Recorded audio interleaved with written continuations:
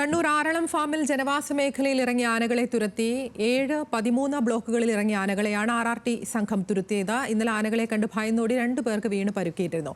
കണ്ണൂരിൽ നിന്ന് നിഖിൽ അളവൂർ ചേരുന്നുണ്ട് വിശദാംശങ്ങളുമായി. നിഖിൽ, ഇങ്ങനെ സ്ഥിരമായ ആനകൾ കൂട്ടത്തോടെ ഇറങ്ങുന്ന ഒരു സ്ഥലമാണോ? അത്തരത്തിലാണെങ്കിൽ ഒരു ആശങ്കയുടെ സാഹചര്യമുണ്ടോ?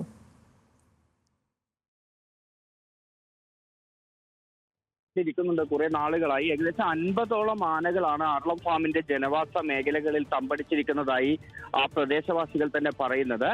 സാധാരണ നിലയിൽ ഇത്തരത്തിൽ ജനവാസ മേഖലകളിലേക്ക് ഇറങ്ങുമ്പോൾ ആനകളെ RRT സംഘം പടക്കം പൊട്ടിച്ചും മറ്റും തുരത്തുകയാണ് അവിടെ ചെയ്യുന്നത്. അങ്ങനെയാണ് ജനങ്ങൾക്കൊരു സുരക്ഷ ഒരുക്കുന്നത്. ഇത്തരത്തിൽ ഇറങ്ങിയ ആനകളെയാണ് 13 ബ്ലോക്കുകളിൽ നിന്നായി ഇന്നലെ രാത്രിയും വൈകിട്ടുമായി തുരത്തിയത്. ഇന്നലെയാണ് ഇത്തരത്തിൽ ആനയെ കണ്ട് ഭയന്നോടിയ 2 പേർക്ക് ആറളം ഫാമിൽ തന്നെ വീണ് പരിക്കേൽക്കുന്ന ഒരു സാഹചര്യം ഉണ്ടായത്. ആറളം ഫാം 13-ാം ബ്ലോക്കിലെ മേഘ, രഞ്ജിനി എന്നിവർക്കാണ് പരിക്കേറ്റത്.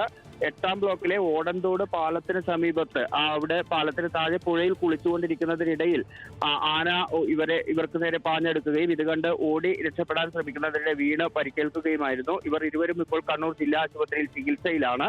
ഈ സാഹചര്യം കൂടി കണക്കിലെടുത്താണ് ജനവാസ മേഖലകളിൽ ഇറങ്ങിയ ആനകളെ RRT സംഘം ഇന്നലെ തുരത്തിയത്. ഈ പറഞ്ഞതുപോലെ 50ഓളം ആനകൾ തമ്പടിക്കുന്നതും വിവിധ ഘട്ടങ്ങളിൽ വിവിധ സമയങ്ങളിൽ രാത്രിയെന്നോ പകലെന്നോ വ്യത്യാസമില്ലാതെ ജനവാസ മേഖലകളിലേക്ക് ഇറങ്ങുന്നതും വലിയ ആശങ്ക തന്നെയാണ് ഈ മേഖലയിൽ സൃഷ്ടിക്കുന്നതും. കണ്ണൂർ ആറളം മേഖലയിലാണ് ഇത്തരത്തിൽ കൂട്ടമായി ഏകദേശം 50ഓളം അടുത്ത ആനകൾ കൂട്ടമായി ഇറങ്ങി ജനവാസ മേഖലയിൽ ആശങ്ക സൃഷ്ടിക്കുന്ന ഒരു സാഹചര്യം ഉണ്ടായത്. എന്തായാലും നിലവിൽ RRT സംഘം ഈ ആനകളെ കാടുകയറ്റിയിട്ടുണ്ട് എന്നുള്ളതാണ്. നിഖിൽ അളവൂരാണ് വിശദാംശങ്ങൾ നൽകിയത് കണ്ണൂരിൽ നിന്ന്.